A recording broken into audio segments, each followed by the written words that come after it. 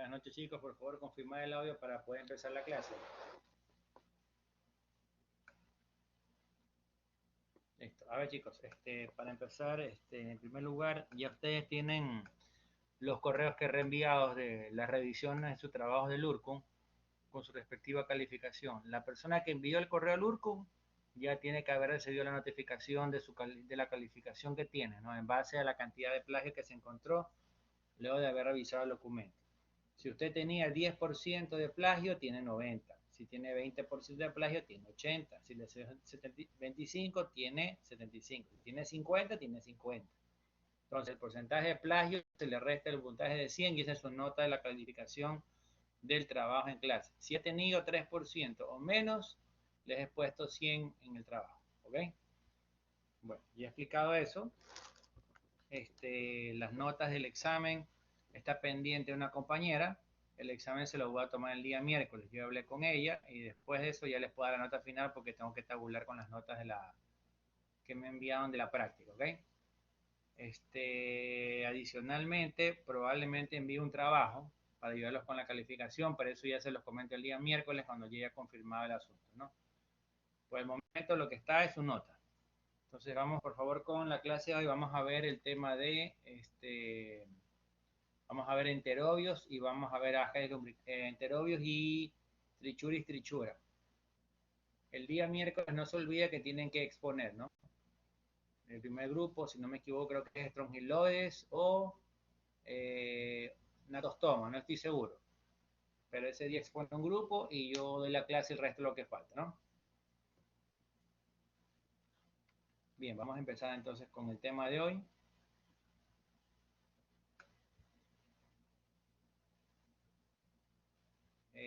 Yo lo envié hoy día, la verdad. Tiene que revisar su bandeja de no deseados. Es un correo que le llega del URCUM compartiéndole un link donde está la revisión que hice de su trabajo y la calificación que tiene.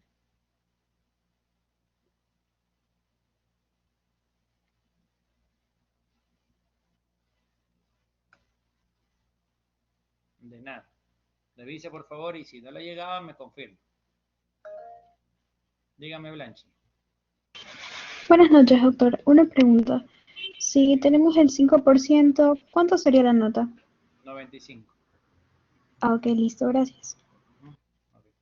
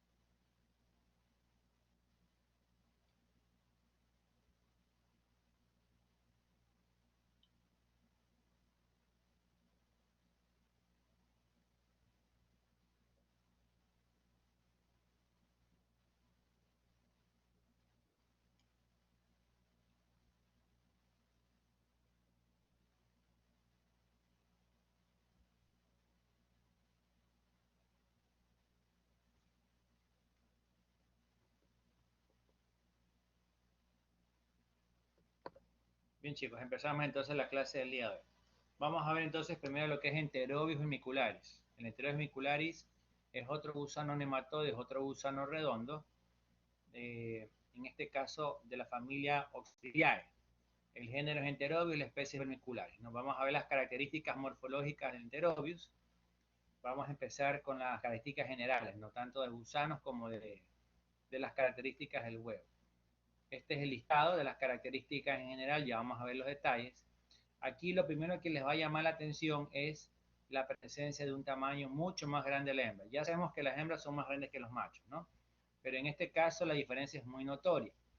La hembra puede medir de 8 a 13 milímetros y el macho medir la cuarta parte, de 2 a 2.5 milímetros. Se nota muy claramente la diferencia en longitud. Ahora, la otra diferencia, ustedes ya la conocen, nos vamos a observar el extremo posterior, ¿no? El macho siempre va a tener el extremo enroscado, miremos la imagen. Aquí tenemos el gusano, a la izquierda tenemos la hembra, a la derecha el macho. Obviamente está hecho un zoom la imagen porque el macho aquí se lo ve más grande de lo normal, pero en proporciones con la hembra, como les dije, la cuarta parte del tamaño. Hay que fijarse siempre en el extremo posterior, el macho es enroscado, ¿no? Donde va a presentar la correspondiente espícula escopulatriz, ¿no? Vamos a ver aquí, tiene una sola espícula, a diferencia de las caras que tenía dos, pues, ¿no? Aquí tiene solamente una. Este gusano, como les estaba indicando, tiene un aparato reproductor que es simple, es decir, un aparato reproductor sencillo. En cambio, el de la hembra, como vamos a ver, es doble, ¿no? La hembra tiene un aparato genital doble. El macho es simple, la hembra es doble.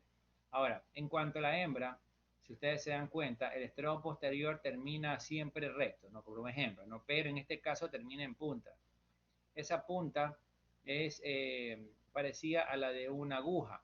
Por eso este gusano se lo conoce como gusano en punta de alfiler, por la característica del extremo posterior de la hembra. Adicionalmente, la cutícula de estos gusanos es transparente. Como es transparente, ustedes van a poder ver el interior del gusano. En el caso de la hembra, está bien desarrollado el órgano reproductor y como es doble, ustedes van a ver el útero relleno de huevos. Por eso este gusano se lo conoce como gusano en saco de huevos. Si nos acercamos al extremo posterior, en este caso, al extremo anterior, en este caso de la hembra, se van a dar cuenta que, bueno, del macho también, se van a dar cuenta que la cutícula está aplanada, justamente a nivel de la boca, donde vamos a encontrar tres labios quitinosos, similares a los que vimos en el Ascaris. Aquí ustedes pueden observar que la cutícula se aplana en sentido anteroposterior, dando la apariencia que tuviera en la boca dos aletas. Dos aletas. Tenemos aquí un esófago que se puede ver por la presencia de una cutícula transparente y un bulbo esofágico, que es la dilatación justamente de la parte terminal del esófago. Adicionalmente, indicarles que estas características son similares también en el macho. O sea, esta imagen puede ser macho o puede ser hembra. No hay diferencia en ambos, ¿no? La diferencia, recuerden, está en el extremo posterior. Si hacemos el corte transversal del ascas lumbricoides, vamos a ver esto. En esta imagen, por ejemplo, estamos viendo un corte transversal de una hembra. ¿Por qué? Porque en el interior vamos a ver el útero, que es este de aquí. Vamos a ver el intestino, que es el de acá. Podemos ver cortes, en este caso, del ovario, como estamos viendo aquí. Y también podemos ver el receptáculo seminal cortado de manera transversal. Recordemos que es órgano reproductor es doble, ¿no? Ahora, aquí podemos observar la cutícula bien marcada, se ve de color rojo, ¿no? Y la presencia de la musculatura. La musculatura del enterovis es meromiaria. ¿Qué quiere decir que es meromiaria? Que entre un cordón, este es un cordón lateral, este es el cordón lateral, este es el anterior y acá está el posterior. Entre cordón y cordón, vamos a encontrar este cuadrante. En ese cuadrante hay que ver la forma de las piras musculares, son cúbicas, en números de 2 a 4. Estamos hablando de musculatura meromiaria, es la característica del gusano de enterobios vermiculares. Veamos otra imagen. En esta imagen vamos a ver el mismo corte transversal, pero un poco más arriba, a nivel del bulbo esofágico. Este es el bulbo esofágico y como es casi llegando al extremo, no se aprecia bien la musculatura que se ve justamente más abajo. Otra imagen transversal, en este caso de un macho, ¿no? ¿Por qué es un macho? Porque podemos ver aparte del intestino, el testículo cortado de manera transversal. Aquí se ve la musculatura, en este caso meromiaria. El huevo, que es la otra forma morfológica de este parásito, tiene forma de una letra D, es decir, un lado es plano y el otro lado es convexo. Plano y convexo. ¿Cuántas capas tiene? Una capa, dos capas. Estos huevos cuando salen son larvados, son huevos larvados, ya están listos para ser infectivos, huevos larvados. Así son los huevos de enterobios vermiculares. Bien, estas son las características morfológicas de los gusanos. Vamos a ver si se nos ha quedado alguna. Longitud mencionada, características del extremo anterior, la boca con los tres labios, bulbo, musculatura, extremo posterior, órgano reproductor de la hembra, del macho, extremo posterior enroscado, una sola espícula, dimensiones del huevo. El huevo mide de 55 micras de longitud por 25 micras de ancho. ¿Ya? Eso faltaba de mencionar. Y el ciclo evolutivo. Un ciclo evolutivo directo, parásito monoxeno. Parásito monoxeno. No tiene intermediarios. Ojo, no tiene intermediarios. El ciclo evolutivo es directo. un solo hospedador definitivo, que es el ser humano. Vamos ahora al ciclo biológico. El ciclo biológico no es muy complicado, es bastante sencillo, pero tiene algunas modificaciones que es importante, características de este parásito que tenemos que recalcar. Cuando el huevo ingresa a la persona, acá, este huevo llega en forma larvada, en forma infectiva, ¿no? Ese huevo larvado puede ser ingerido de dos maneras. Puede ser ingerido con los alimentos, puede ser el agua o algún vegetal, alguna comida manipulada por ahí enfermo, o puede ser inhalado. Los huevos pueden mantenerse viables en el polvo de una habitación cuando hay suficiente sombra y humedad. Y cuando se hace el aseo de esa habitación, sobre todo, por ejemplo, en guarderías, donde hay bastantes parasitosis entre los niños, entre esas los oxiuros, puede aparecer en ese polvo está inmerso los huevos de enterohemiculares e ingresar por vía nasal, ¿no? Igual, sea por vía oral o nasal, van a caer al tubo digestivo, van a ser inhalados, sí, llegan a la orofaringe y pasan al tubo digestivo. En el tubo digestivo, ya llegando ya a nivel intestino delgado, pues sale la larva del huevo y se arrastra por el duodeno y el yeyuno, donde van haciendo más o menos unas 3 mudas. Cambian unas tres veces hasta que van a llegar finalmente a nivel del ciego. En el ciego ya se van a desarrollar finalmente como adultos. Ella es la última etapa. Avanzan hasta el ciego y ahí se desarrollan como adultos, ¿no? Porque ahí mudan una vez más. Entonces en total serían 4 mudas. 3 en el intestino delgado y una en el ciego, donde vuelven a mudar para convertirse en adultos. Ahí las hembras van a copular con los machos. Los machos durante el coito mueren. Solo van a quedar viables las hembras que ya están fecundadas. Las hembras fecundadas, una vez que ya están listas para poner los huevos, van a comenzar a migrar desde el ciego a través del marco colónico y van a salir por el recto. ¿En qué momento? En el momento del sueño. ¿Por qué? Porque es el momento cuando se relaja el esfínter anal. Eso va a permitir la salida sin problema del gusano hembra, y la hembra, cuando ya sale, pone los huevos en la mucosa anal y los deja ahí pegaditos con una secreción mucoide que ella libera, de tal manera que los huevos quedan adheridos a la mucosa anal. Luego, con los labios quitinosos que tiene, muerde la mucosa anal y provoca prurito. Esa sensación de prurito, como es en la noche, el individuo, en este caso los niños, que son los más afectados, no saben o no se dan cuenta de lo que ocurre, se rascan y luego se meten los deditos a la boca como hace cualquier niño, ¿verdad? Y eso va a provocar lo que se conoce como autorreinfección, porque se está infectando con la misma forma infectante que está eliminando en este caso el individuo parasitado. Es autorreinfección. Y de esa manera pues ingresan los huevos nuevamente a el niño ya infectado, ¿no? Que ya había sido infectado previamente. Una vez que ocurre eso, pues se va a repetir el ciclo tal cual como se describió. Pero no queda ahí. El gusano hembra, una vez que pone los huevos, normalmente lo que ocurre es que muere en el momento de que pone los huevos. ¿Por qué realiza eso? Porque se cree que necesitan oxígeno para poder realizar ese proceso.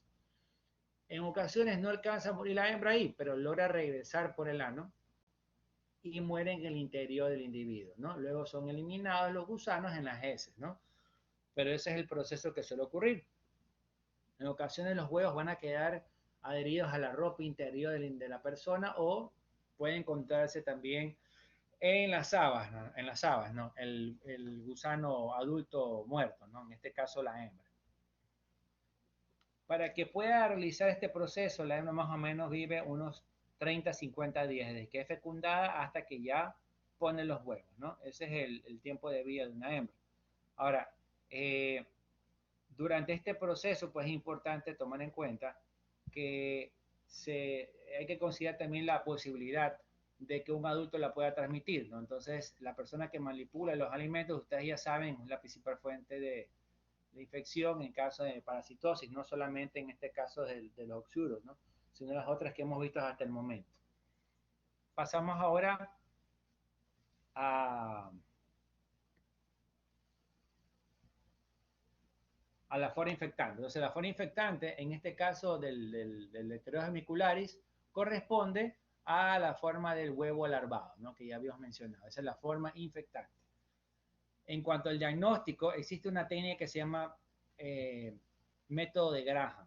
¿En qué consiste el método de Graham? Ustedes ven aquí un individuo utilizando una cinta Scotch, que es una cinta transparente, adosándolo al ano de la persona infectada, en este caso un niño. Va a pegar la cinta Scotch y luego de eso la va a desprender, de tal manera que los huevos en teoría tienen que quedar pegadas en la cinta Scotch y luego de eso esa cinta va a ser colocada sobre una placa portaobjetos, como vemos en la imagen, y luego esa placa va a ser observada en un lente de 4 y 10X. Finalmente la dejamos en el lente de 40X y ahí podemos ver con detalle las características de los huevos del enterodomicularis. Ojo, tienen que hacer una cinta transparente, porque si la cinta tiene color, o es amarilla o es opaca, no van a poder ver los huevos que están pegados o adosados en la parte interna de la cinta que están utilizando, ¿no? Esta es la técnica o método de Graham. Pasamos ahora al siguiente parásito, que es el Trichuris trichura. El Trichuris pertenece a la familia Trichuridae. Este gusano se caracteriza, igual que los anteriores, por tener dimorfismo sexual, es decir, hay machos y hembras con las características que ya conocemos. Hembra más grande que el macho con extremo enroscado y hembra con extremo recto. Aquí, en cambio, la diferencia en tamaño no es muy notoria. Miren las dimensiones. El macho, la hembra puede medir de 3 a 5 centímetros y el macho de 3 a 4 o 5 centímetros. De 3 a 4.5 centímetros. Por lo tanto, la diferencia no es muy grande. ¿Cómo lo vamos a reconocer? Siempre por el extremo posterior. Miremos cómo está el extremo posterior de ambos.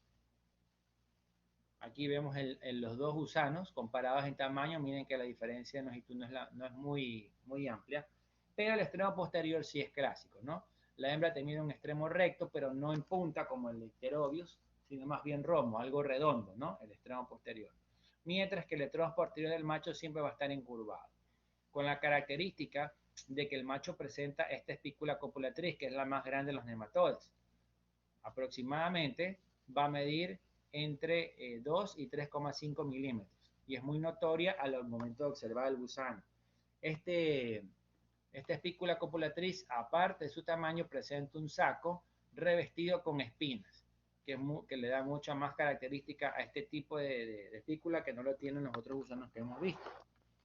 Pese a que el órgano reproductor, el aparato reproductor del macho es simple, igual que la hembra, ¿no? Aquí no es doble de la hembra, ambos son simples, con una sola espícula el macho. Adicionalmente, indicarles que la forma del Trichuris es característica porque tiene forma de un pelo o de un látigo, ¿no? Donde el mango es la parte ancha y la parte delgada, pues que ustedes ven aquí, vendría a ser la parte expuesta del pelo. La parte delgada del parásito mide las 2/3 partes del gusano. Una tercera parte corresponde a la parte ancha. Por eso este gusano se le conoce con el nombre de tricocéfalo.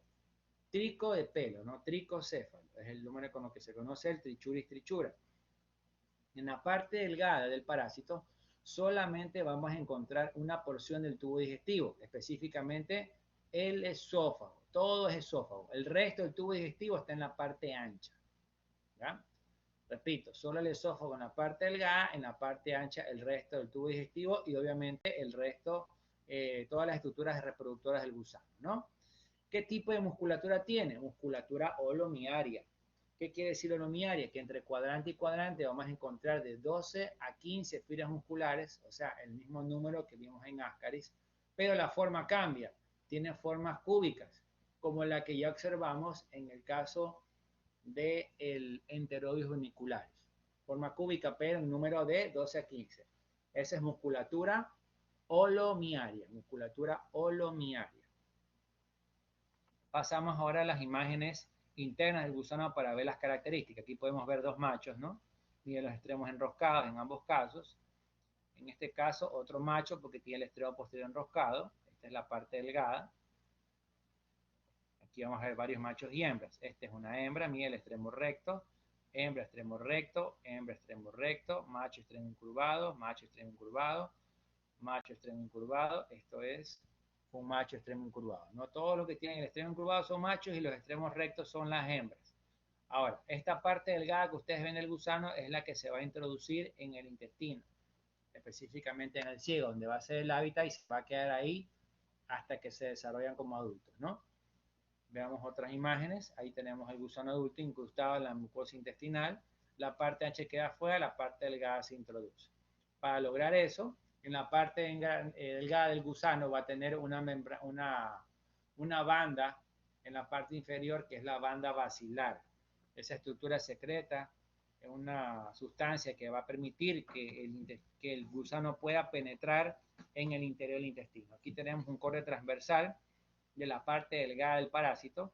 Ustedes pueden ver aquí el esófago y el resto que lo rodea es el esticosoma. Entonces el esticosoma es la estructura de soporte, la estructura que va a sostener el esófago, porque el esófago es una estructura muy blanda, muy lábil, que se podría lesionar. Entonces hagan de cuenta que el esófago sería como la médula espinal y las vértebras sería el esticosoma, ¿no?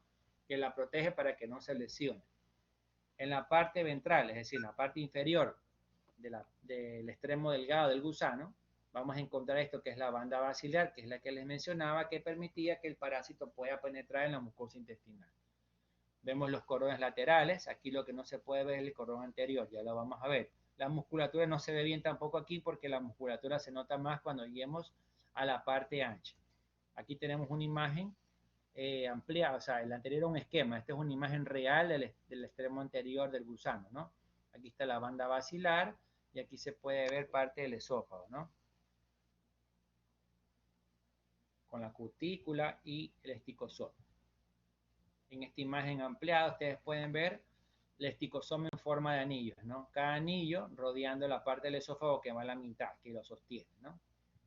Esta imagen de acá, en cambio, nos muestra un corte transversal ya un poco más abajo del gusano en la parte ancha, porque ya podemos identificar las partes del tubo digestivo.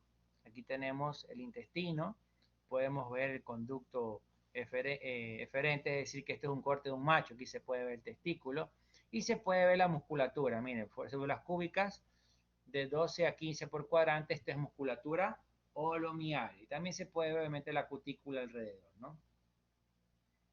En esta imagen vemos la espícula copulatriz grande que tiene el gusano, una por cada macho. En esta se puede apreciar incluso el saco que tiene la espícula copulatriz, ¿no? Con las espinas correspondientes.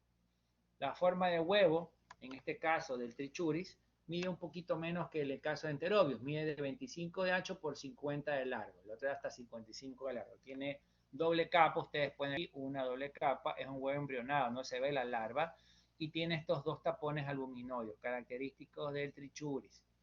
En conjunto se dice que el huevo de trichuris tiene forma de un barrilete. Ahora, el ciclo evolutivo de este gusano es un poco más sencillo que el anterior. La hembra pone más o menos de 2.000 a 6.000 huevos diarios. El anterior me olvidaba, pone hasta 17.000 diarios. Los huevos van a salir por las heces, van a madurar un poco, unos 10 a 14 días, es decir, 2 semanas van a madurar en la tierra. Y de ahí ya se desarrolla el huevo embrionario que va a ser la forma infectiva, ¿no? Una vez que ocurre eso, pues la larva emerge en este caso del huevo y va a salir directamente a nivel del intestino delgado para migrar a través del intestino delgado hasta llegar a nivel del ciego colon donde termina de mudar y se convierte en gusano adulto. Luego de eso se desarrolla en este caso como adulto para que copulen tanto machos como hembras, las hembras quedan fecundadas y se repite el ciclo. En este caso, el macho no muere después de la cópula, más bien se va a mantener en el intestino y va a permanecer por varios años en el interior, ¿no? Para que pueda realizarse o que esté presente una infección patente, es decir, con los síntomas correspondientes, por lo menos deben transcurrir unos 3 meses, cuando ya los adultos se han desarrollado completamente y una población necesaria para que pueda generar la diversidad de síntomas que puede provocar este parásito. Ciclo evolutivo directo, parásito monoxeno, no tiene intermediarios. Bien, chicos, hasta aquí lo que es la clase del día de hoy. Esto va para el día miércoles. Por favor, el miércoles exponen, se toma lección y se sigue con las clases. Ya comenzamos el segundo parcial. ¿Alguna pregunta hasta aquí? ¿Algo que no haya quedado claro?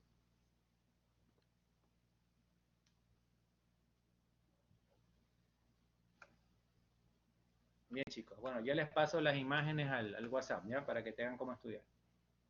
Bien, chicos, nos vemos entonces el día miércoles, ¿ah?